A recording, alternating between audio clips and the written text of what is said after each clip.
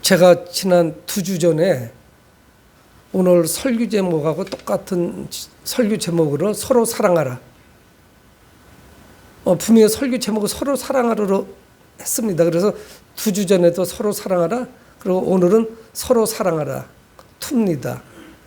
그래서 지난 2주 전에 서로 사랑하라는 요한일서의 말씀이었고 오늘 말씀은 요한복음입니다. 저자는 똑같아요. 예수님의 제자인 사도 요한이 기록한 그런 말씀입니다.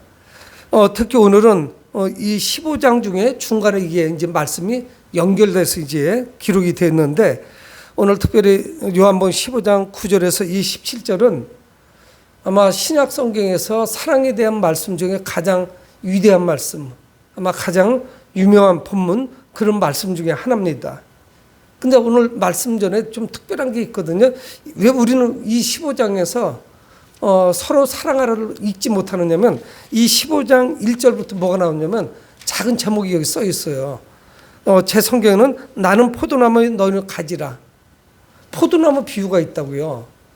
그리고 나서 뒷본문이 있기 때문에 앞에서 포도나무의 비유를 집중하면서 뒤쪽 말씀을 잊어버립니다. 그런데 이 중간에 분명하게 말씀하고 있습니다. 그래서 이제 이 15장 앞부분에서 뭘 말씀하냐면 5절에 너희는 나는 포도나무에 너는 가지라. 예수님이 포도나무고 성도들은 예수님의 제자들은 가지래요. 그런데 이게 가장 중요한 게 뭡니까? 견고하게 붙어 있어야 된다는 거예요. 붙어 있지 않으면 문제가 뭐냐면 열매를 못 맺어요. 저나 여러분들은 농부가 아니라서 특히 이제 포도나무를 재배하는 농부가 아니기 때문에 잘 모르지만 이 순을 다 잘라주거든요. 예수님께서는 그런 장면을 보고 이제 말씀을 하신 겁니다. 포도나무라고 해서 이것이 계속 유지되는 게 아니거든요. 더 많은 열매를 맺기 위해서 일부 가지는 가지치기를 해야 돼요. 그걸 다 잘라내죠. 가지를 다 살리면은 포도는 많이 열릴지 모르지만 부실한 게 열리죠. 질이 떨어집니다. 그걸 보면서 이제 예수님 말씀합니다. 나는 포도나무고 너희는 가지다. 근데 가장 중요한 게 뭐냐면 좋은 열매를 맺으려면 풍성한 열매를 맺으려면 그 포도나무와 가지가 밀착되어 있어요. 붙어 있어야 돼요. 떨어지면 아무것도 없어요. 이걸 통해서 예수님과 제자들의 관계, 이런 걸, 이 믿음의 관계를 말씀하신 거죠. 주님께 붙어 있을 때 많은 열매, 풍성한 열매가 있다. 그러니까 우리의 삶에서 진정 풍성한 삶은 무엇이냐? 우리의 풍성함은 물질적으로 여유가 있는 것으로 생각하지만 우리의 풍성함은 어디에서 오냐? 주님과의 관계에서 온다는 걸 말씀합니다. 그러면서 이제 오늘 9절에 아버지께서 나를 사랑한 것 같이 나도 너희를 사랑한다는 거예요. 왜 갑자기 예수님께서 포도나무 비유를 말씀하시다가 사랑으로 넘어갔을 거예요? 어떻게 보면 이 사랑을 말씀하시려고 포도나무 비유를 말씀하신 겁니다. 아버지 하나님께서 아들이신 예수 그리스도를 사랑한 것 같이 너희도 나를 사랑하라 말씀하시는 거예요. 하나님이 예수 그리스도를 사랑하신 것 같이 예수님도 우리를 사랑했고 우리도 주님을 사랑해야 돼요. 그래서 이제 사랑에 대해서 말씀합니다. 9절에 아버지께서 나를 사랑하신 것 같이 나도 너희들을 사랑한다. 그래서 어떻다는 거예요? 나의 사랑 안에 거하라. 그러니까 예수님은 아버지께 받은 그 사랑으로 제자들을 사랑합니다. 자녀들을 키워보면 알잖아요. 그래서 이게 쭉 내려가면서 위에서 어른들이 밑으로 그 사랑을 내려보내는 것이지 자녀가 정말 효자가 돼서 부모님을 내가 했던 것보다 더 많이 사랑하고 아끼는 그런 자녀는 그렇게 흔치는 않아요. 근데 참 묘한 게 부모님이 잘 못하는 자녀들이 오히려 더 잘하는 경우가 허다하게 많아요. 부모가 사랑이 많아서 그 자녀들을 애지중지하면 버릇이 없고 부모님이 섬길 줄은 모르는 경우를 우리는 주변에서 많이 봅니다. 그런데 오늘 예수님은 뭘 말씀하냐? 아버지께서 나를 사랑하신 것 같이 나도 너희를 사랑하였으니. 그러니까 예수님의 그 사랑 안에 거하라는 거예요. 이거는 매우 많은 신학적인 말씀이 있습니다. 그분의 사랑은 뭡니까? 신적인 사랑이에요. 우리가 이야기하는 사랑하고는 다릅니다. 여러분 대중가요를 이렇게 들어보면요, 채널을 돌리다 어떤 대중가요 자체를 잘못됐다 말할 수는 없죠. 그 가사의 내용이 10중 8구는 사랑이에요. 노래를 들어보면 거의 다 사랑을 노래합니다. 사랑이 아닌 거는 뭐냐? 이별에 대한 노래예요. 내가 뜨겁게 사랑했는데 헤어지게 돼서 그 이별의 아픔을 노래해요. 그 외에는 거의 없어요. 여러분, 그런데 그것이 신적 사랑이라고 할 수 있나요? 그거는 자주 변질됩니다. 그리고 그 사랑의 경계도 모호해요. 그래서 자기가 사랑하는 거하고 좋아하는 거하고 판단을 잘 못해요. 좋아한다는 거 뭐냐? 상황에 따라서 좋은 거를 나쁨으로 돌릴 수도 있어요. 그 상황을 극복하지 못합니다. 결혼 생활을 오래 하신 분들은 아시지만 우리가 살아가면서 늘 사랑하기 때문에 살아가나요? 많은 위기가 찾아오고 참 그거 극복하기도 어려웠지만 그렇게 가면서 여기까지 온 거라고요. 위기가 없었던 가정이 누가 있겠고 그런 부부가 그렇지 않은 부부가 어디에 있겠습니까? 부모 자녀도 마찬가지고요. 그래서 이 신적 사랑은 우리가 자주 이야기하는 이 땅에서 사랑, 특히 대중가요에서 나오는 이런 사랑하고 좀 많이 달라요. 하나님께서 예수 그리스도를 사랑하셨고 그 받은 사랑으로 우리를 주님은 사랑하셨습니다. 그런데 예수는 뭐라고 말씀하시냐면 나를 사랑하라 말씀하셔요. 사랑하셨고 사랑하라 말씀하시는 게 아니라 내 사랑 안에 거하라 말씀해요. 나도 사랑했으니 너희가 사랑 안에 거하래요. 이 거하다 하는 것은 성경에 많이 사용되는 단어입니다. 어떻게 보면 눌러앉는다 그런 의미를 가지고 있어요. 그래서 이것이 영원성을 의미합니다. 영원토록 불가분리의 관계예요. 거하다. 이거는 어떤 의미를 가지고 있냐? 포도나무와 그 가지가 떨어져 있잖아요. 분리된 거예요. 근데 우리가 주님 안에 거한다, 사랑 안에 거한다는 것은 이게 붙어 있음을 이야기해요. 한 몸이 됐어요. 그러니까 이 포도나무의 비유를 잘 이해한 사람, 가지가 포도나무를 떠나서 살 수 없듯이 우리가 사랑 안에 거한다는 것은 어떤 의미인지를 알 수 있다고요. 그러니까 이 사랑이 환경이 절대 지배받을 수가 없어요. 신적인 사랑은 변덕스럽지 않다고요. 어떻게 사랑이 그 모양이야? 그럴 수는 없죠. 어제 다르고 오늘 다르고 조금 내게 불이익이 있다고 해서 표정이 바뀌어버리고 이거는 아니죠. 사랑 안에 거하라 말씀하고 있습니다. 여러분, 그러니까 이게 뭐야? 예수님의 사랑 안에 거한다, 머물러 있다는 이야기거든요. 머물러 살아가는 거. 사전적인 의미가 그래요. 머물러 산다 이런 의미를 가지고 있어요. 거한다. 거처한다는 의미죠. 그래서 그 사랑 안에 거한다는 것이 뭐예요? 그래서 10절에서 그거를 말씀해 주세요. 주님이 내가 아버지의 계명을 지켜 그의 사랑 안에 거하는 것 같이. 여러분, 우리가 사랑 안에 거한다는 것은 어떤 의미가 있냐? 계명을 지키는 거예요. 말씀을 지키는 거예요. 그분의 명령을 따르는 거예요. 그분을 오늘 사랑한다고 하면서 그분 안에 거한다고 하면서 그분의 말씀대로 순종하지 않는 것은 거하는 거 아니에요. 그게 있을 수가 있어요. 우리는 부부간에도 알 수 있잖아요. 부부가 사랑한다며 근데 왜 배우자를 상대방을 아프게 해? 있을 수가 없죠. 왜 싫어하는 거면 골라서 해요? 그거는 기본적으로 뭔가 잘못된 거죠. 눈치코치가 그렇게 없어요? 이건 내 배우자가 싫어하니까 그래서 끊어지는 거예요. 우리가 그렇게 사랑한다, 거한다, 이거는 뭐냐? 그분의 계명을 지키는 거예요. 10절을 다시 읽어보면 내가 아버지 계명을 지켜 그의 사랑 안에 거하는 것 같이. 그러면 우리도 주님을 사랑하고 주님 안에 거한다는 건 뭐겠어요? 계명을 지키는 거죠. 너희도 내 계명을 지키면 내 사랑 안에 거하리라. 10절에 말씀하고 있습니다. 우리가 주님을 죽도록 사랑하고 싶다. 그건 뭐냐? 주님의 계명 안에 살아가는 거예요. 그리고 그것이 붙었다 떨어졌다 하면서 그렇게 있는 것이 아니에요. 늘 붙어있기 때문에 살아있어요. 풍성한 열매가 있다고요. 그러니까 이 포도나무 비유와 사랑한다는 거, 거한다는 거, 이게 다 함께 있는 거예요. 여러분, 사랑한다는 건 불가분리, 분리된다는 의미는 아니잖아요. 함께한다는 의미를 가지고 있죠. 그리고 이거는 어떤 영원성도 있습니다. 풍성함이 있어요. 그래서 우리는 이 주님 말씀하시지만은 사랑을 그렇게 정의 내리기가 쉽지가 않아요. 신적 사랑은 더더군다나 우리 본성으로는 할 수가 없어요. 그래서 예수님은 계속 이어서 말씀하십니다. 11절에 내가 이것을 너에게 이름은 뭐겠어요? 그 사랑에 관한 말씀들 계명 또한 말씀하는 거죠. 내 기쁨이 너희 안에 있어 너희 기쁨을 충만하게 하려 함이라. 예수께서 왜 사랑을 말씀하시고 계명을 말씀하시고 포도나무 비유를 말씀하시고 말씀을 주시겠어요? 우리 안에 기쁨이 충만하게 하시기 위해서 하시는 것이죠. 여러분 왜 우리에게 계명을 잘 지키라고 말씀하실까요? 12절에 또한 말씀합니다. 내 계명은 곧 내가 너희를 사랑한 것 같이 너희도 사랑하라 하는 이것이니라. 내 계명은 이것이니 예수님께서는 말씀만 하신 것이 아니라 삶으로 보여주시죠. 십자가가 그거를 증명하고 있습니다. 누가 다른 사람을 위해서 자신의 생명을 주겠어요?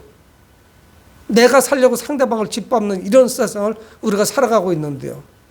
여러분 아담과 하와가 결혼해서 낳은 자녀들 바로 그러니까 하나님이 창조하신 그 사람 인간이 아담아라고 하죠. 흙이 다음 세대가 되니까 살인자가 나와요. 우리는 성경을 통해서 잘 알고 있습니다. 형이 동생을 죽여요. 뭐 특별한 이유가 있잖아요. 유일한 이유라면 하나님께서 자신의 제사를 받지 않은 것뿐이에요. 그럼 다음에 다시 제사를 드릴 수 있는 기회가 있었다고요. 회개하고 다음에 잘 드리면 되죠. 근데 그거를 가지고 동생을 유인해서 동생을 죽이죠. 여러분 세상은 그래요. 근데 오늘 성경 뭘 말씀합니까? 내 계명은 이것이니 예수님께서 우리에게 주신 계명은 무엇이냐? 그가 주님 안에 거한다는 것은 이거를 지켜야 된다. 그것은 뭐냐? 내가 너희를 사랑한 것 같이. 그 사랑은 어디에서 우리에게 아주 최고로 보여줍니까? 십자가 아니겠어요? 우리를 위해서 생명을 주시죠. 내가 너희를 사랑한 것 같이 너희도 사랑하라 하는 이것이니라. 그러니까 주님의 그 사랑이 우리 안에 거하지 않기 때문에 내가 그분의 사랑 안에 거하지 않기 때문에 그 사랑을 이해하지 못하기 때문에 나도 사랑하지 못하는 거예요. 내게 사랑이 없는데 어떻게 사랑을 하겠어요? 그런 사랑의 경험이 없는데 내가 알고 있는 거, 내가 인식하는 거, 내가 이해하는 거 한도 내에서밖에 우리는 활동할 수밖에 없어요. 그거를 초월해서 살아갈 수는 없어요. 내 안에 있는 그릇이 그건데 거기밖에 더 가겠어요. 이 제자들 향해서 예수님 말씀은 내가 너희를 사랑한 것 같이 너희도 사랑하라. 서로 사랑하라는 말씀이에요. 여러분 우리는 이런 사랑을 실천해야 되죠. 변함없이 사랑하는 거. 주님의 그 사랑이 우리 안에 거하기 때문에 내가 그분의 사랑 안에 거하기 때문에 그 십자가의 사랑을 알기 때문에 우리도 사랑하는 거예요. 여러분 그런 사랑이 이 땅에 충만하다면 이 세상이 이렇게 살벌하겠습니까? 목소리가 거칠고 험한 세상을 우리가 살 수 있겠어요? 예수 그리스도의 이 십자가는 우리도 그분처럼 사랑할 수 있는 그 사랑의 힘을 능력을 제공해 줍니다. 그래서 예수님은 어떻게 사랑하셨냐? 자신을 희생했어요. 그 희생하는 사랑을 통해서 몸소 우리에게 모범을 보여주십니다. 사랑은 이렇게 하는 거야. 본을 보여주셨어요. 그래서 13절에 사람이 친구를 위하여 자기 목숨을 버리면 이보다 더 큰 사랑이 없나니. 사람이 친구를 위하여 자기 목숨을 버리면 이거보다 더 큰 사랑이 어디 있겠어요? 누가 친구를 위해서 목숨을 버리겠습니까? 예수님께는 우리가 친구였어요. 그래서 이 친구를 위해서 목숨을 버리신 거예요. 여러분, 친구를 해서 누가 사랑을 베풀고 목숨을 버리겠습니까? 근데 친구를 위해서 자기 목숨을 버리면 이보다 더 큰 사랑이 없다는 거예요. 그러니까 이 사랑이라는 건 뭐냐? 제가 자꾸 신적 사랑이라고 말씀하신 게 생명까지 줄 정도로 사랑하는 거. 이게 과연 우리 가운데 가능하냐 하는 이야기예요. 그러니까 이 모든 사랑은 예수님의 사랑에 근거해야 됩니다. 우리도 그렇게 사랑해서 주님의 친구가 될 수 있고 그들의 친구가 될 수 있어요. 여러분 옛날에는 어떻습니까? 스승과 제자 이건 종과 같은 존재예요. 스승하고 선생님하고 제자가 어떻게 친구가 될 수 있어요? 여러분, 제자는 거의 종의 수준이에요. 그냥 지시하는 대로 따르는 거예요. 순종하는 거예요. 근데 예수님은 예수님의 종이 아니라 친구라고 말씀하십니다. 그분의 명령을 따를 때, 사랑의 계명을 따를 때 우리는 그분의 친구가 되는 거예요. 하나가 되는 거예요. 그 안에 거하게 되는 거예요. 그래서 예수님의 최종 명령은 무엇이냐? 서로 사랑하라는 거예요. 서로 사랑하라. 사랑의 사도인 요한은 요한복음은 물론이었고 2주 전에 우리가 요한일서에서 본 말씀과 같이 거기도 서로 사랑이에요. 서로 사랑하라. 12절 하반절에도 너희도 서로 사랑하라 하는 이것이니라. 여러분, 이 종과 친구가 전혀 다른 관계인데 하나가 됐어요. 친구가 됐습니다. 여러분, 누가 종에게 자기의 속마음을 털어놓겠어요? 야, 우리 집에 이런 문제가 있는데 네 생각은 어떠냐? 아니, 종에게 내 속마음을 털어놓겠어요? 친구같이 대해주겠어요? 누가 자기 신의 그 모든 것을 이야기하겠습니까? 근데 예수님은 말씀합니다. 14절, 너희는 내가 명하는 대로 행하면 곧 나의 친구라. 내가 명령한 대로 행하면 나의 친구래요. 여러분, 우리가 예수님의 친구가 되는 방법은 딱 하나예요. 그건 뭐냐? 주님의 계명을 지키는 거예요. 그래서 목숨까지 버리는 그런 사랑을 해야 되는 거예요. 내가 명하는 대로 행하면 곧 나의 친구라.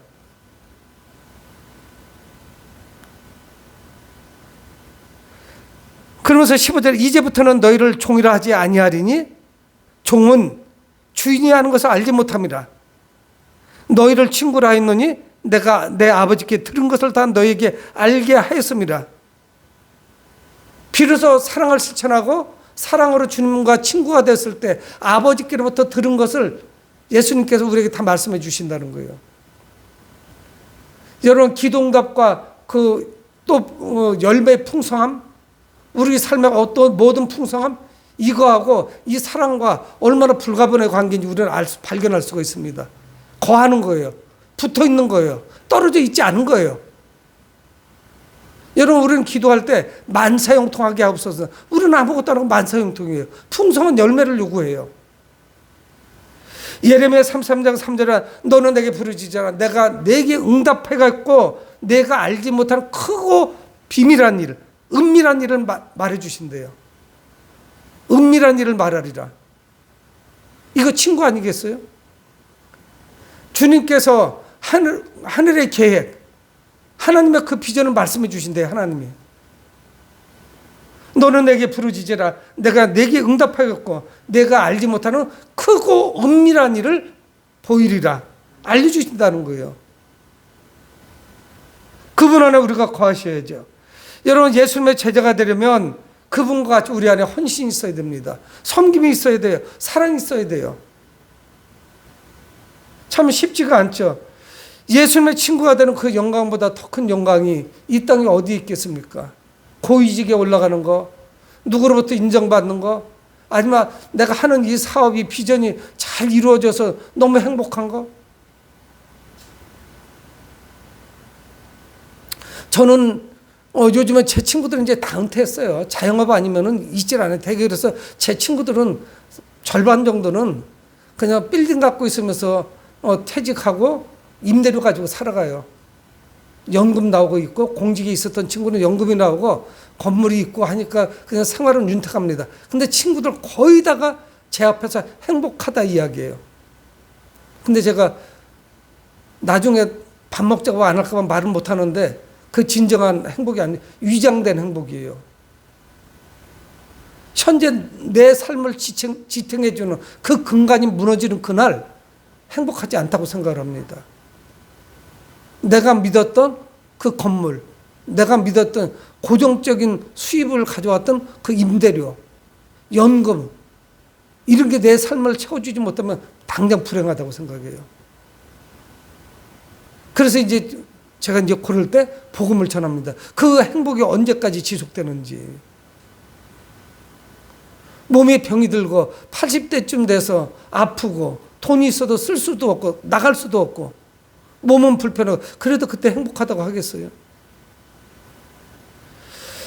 여러분, 우리가 예수님의 친구가 된다는 그 영광, 이 영광보다 큰 영광이 어디 있겠어요? 우리를 복되게 하죠. 행복하게, 기쁨이 넘치게 해요. 여러분, 우리는 예수님께서 걸어가신 그 사랑의 길, 십자가의 길을 갈 수가 있습니다. 그분을 사랑할 때 다른 사람을 사랑할 수 있어요. 그 십자가 사랑이 얼마나 큰지 내 심령 안에서, 내 마음 안에서 이게 꿈틀거려야만 그 사랑이 나와요. 그래서 모든 사람이 사랑스럽게 보이는 거예요. 사랑으로 대하게 되죠. 주님을 사랑하지 않고 다른 사람을 사랑할 수 없습니다. 예수님을 우리가 알기 때문에 그 사랑이 무엇인지 알아요. 그래서 그 계명을 알잖아요. 그래서 그 계명 안에 거하는 거예요. 계명을 실천하는 거예요. 삶으로 살아가는 거예요. 일심동체가 되죠. 그러면서 오늘 17절까지 포도나무의 비유를 통해서 결국 사랑으로 이 말씀을 여기 17절에서 마치십니다. 그래서 이 포도나무 비유를 통해서 예수님과 제자들의 관계가 어떠해야 되는지, 그래서 15절에 말씀하는 거예요. 15절 16절에 16절 너희가 나를 택한 것이 아니요 내가 너희를 택하여 세웠나니. 우리가 주님을 택한 거 아니랍니다. 주님께서 우리를 부르셨다는 거예요. 이건 또한 기적이에요. 이는 너희로 가서 열매를 맺게 하고, 앞부분에서 포도나무의 열매 비유를 말씀하셨고 이제 이 사랑을 말씀하신 다음에 열매 이야기를 또 다시 하십니다. 풍성한 열매에 대해서 말씀하는 거예요. 예수님이 왜 우리를 택하셨냐? 우리가 교회에 왔다는 것 자체가 주님의 부르심이에요. 강력한 그분의 콜링, 그분의 선택과 부르심이 있었어요. 그냥 우리는 아무것도 아닌 존재, 뭐 이런 존재가 아닙니다. 그분이 부르신 이유가 뭐냐? 가서 열매를 풍성하게 맺는 거예요. 제자들이 열매를 맺길 원하십니다. 자, 다시 한번 읽어봅니다. 16절 너희가 나를 택한 것이 아니라 내가 너희를 택하여 세웠느니 이는 너희로 가서 열매를 맺게 하고 또 너희의 열매가 항상 있게 하여 내 이름으로 아버지께 무엇을 구하든지 다 받게 하려 함이라. 이걸 조금 뒤집어서 보셔도 돼요. 아버지께 무엇이든지 구하는 것을 다 받게 하는 게 왜 그럴까요? 풍성한 열매를 맺도록. 이렇게 읽을 수도 있지만 앞뒤를 뒤집어서 읽어도 돼. 무방해요. 항상 열매가 있게 하여 내 이름으로 아버지께 무엇을 구하든지 다 받게 하는 거예요. 열매가 있어서 구하는 대로 응답을 받기도 하고, 우리가 구하는 대로 받게 하셔서 풍성한 열매가 맺히도록 하시고요. 우리는 중요한 사람들입니다. 주님이 우리를 선택하지 아니하셨다면 우리는 어떤 기회도 없었을 거예요. 정말 어떻게 생각하면 아찔한 거예요. 내가 어떻게 예수를 믿게 됐는지. 뭐 친구나 아는 지인들에 의해서 전도됐고, 아니면 모태신앙으로 태어나서 그냥 크게 무리 없이 순탄하게 예수를 믿었겠죠. 여러분, 우리의 성도들의 삶은 언제나 사랑의 열매로 가득해야 됩니다. 예수님은 열매 맺는 것과, 그래서 뭐를 연결시켜서 구하는 거. 풍성한 열매와 우리가 예수님의 이름으로 하나님께 구하는 것을 연결시켜요. 이게 뗄래 뗄 수가 없죠. 성령의 9가지 열매 중에 뭡니까? 첫 번째가 사랑의 열매예요. 사랑, 희락, 화평, 오래 참음, 자비, 양선, 충성, 온유, 절제. 9가지. 근데 첫 번째가 사랑이에요. 근데 이 사랑은 뭐냐? 모든 열매의 근간, 뿌리가 돼요. 이 사랑이 있으면 나머지 8개도 열매가 맺혀요, 사실은. 우리는 삶을 통해서 풍성한 열매 맺기를 원합니다. 근데 그 제일 중요한 게 뭐냐? 사랑이에요. 그래서 예수는 사랑하라고 다시 말씀하시는 거예요. 17절. 내가 이것을 너에게 명하면, 명한다는 건 뭐예요? 계명이란 말이에요. 주님이 주시는 계명. 그 말씀에 순종하면, 계명 안에 거하면 주님 안에 거하는 것이고 사랑하는 것이에요. 그래서 이게 뭐예요? 내가 이것을 너에게 명하면, 계명을 명하는데 그 계명이 뭐냐? 너희로 서로 사랑하게 하려 함이라. 주님의 계명은 뭐냐? 서로 사랑하래요. 그게 거하는 거예요. 그분 안에 눌러 앉아 있는 거예요. 여러분, 어떤 열매를 맺기 원하십니까? 우리 자녀들이 풍성한 열매를 맺어서 잘 살고 싶어 하세요? 그러면은 여러분, 먼저 사랑의 열매가 있어야 돼요. 내 안에. 열매를 풍성해야 돼요. 주님을 사랑해야 돼요. 이웃을 사랑해야 돼요. 섬겨야 돼요. 그래서 예수님의 십자가는 십자가를 보면 뭐가 생각납니까? 구원이에요. 구원을 선포하고 있죠. 근데 그 십자가는 우리에게 뭘 말씀합니까?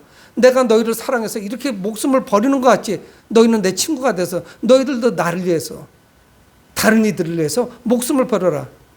여러분, 십자가는 저거로 나를 구원하셨지, 이것만 연상되는 게 아니에요. 서로 사랑하라. 사랑하라는 메시지가 그 안에 있는 거예요.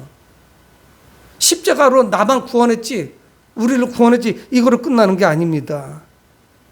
여러분, 십자가는 분명히 구원의 선포와 함께 서로 사랑을 선포하고 있어요. 여러분, 우리의 사랑을 주도하시는 분은 모든 주권을 하나님이 가지고 계십니다. 그분께로 받은 사랑을 우리는 실천으로 하는 거예요. 삶으로 살아가는 거죠. 하나님의 뜻이 뭐예요? 서로 사랑하는. 우리는 이 뜻을 이루어야 됩니다. 여러분, 그분의 이름으로 모여서 하나가 된 교회, 얼마나 사랑스러운 교회예요. 여러분, 그런데 우리는 본래부터 그 죄인 아담과 하와의 그 성품을 가지고 태어났어요. 그런 우리에게 예수님의 그 서로 사랑하라는 이 계명, 우리에게 큰 부담으로 다가올 수 있습니다. 그러나 서로 사랑하라는 이 계명은 예수님의 명령 중 첫 번째 되는 계명이에요. 서로 사랑하라. 이걸 등한시하면 안 돼요. 우리가 사랑을 실천할 때 그분의 친구가 될 수 있습니다. 얼마나 큰 영광이에요. 그 계명을 지키면 친구가 되는 거 아니겠어요? 사랑하는 성도 여러분, 예수님의 십자가에서 몸소 실천하시며 그 사랑을 실천해 보이셨습니다. 우리를 위해서 십자가에서 죽으셨어요. 모범을 보이셨어요. 이 사랑의 실천을 통해서 그분의 친구가 된 것을 우리가 감사하며 이 땅을 살아가길 주님의 이름으로 축복합니다. 고마우신 아버지 하나님, 주의 이름으로 우리가 사랑하게 하시고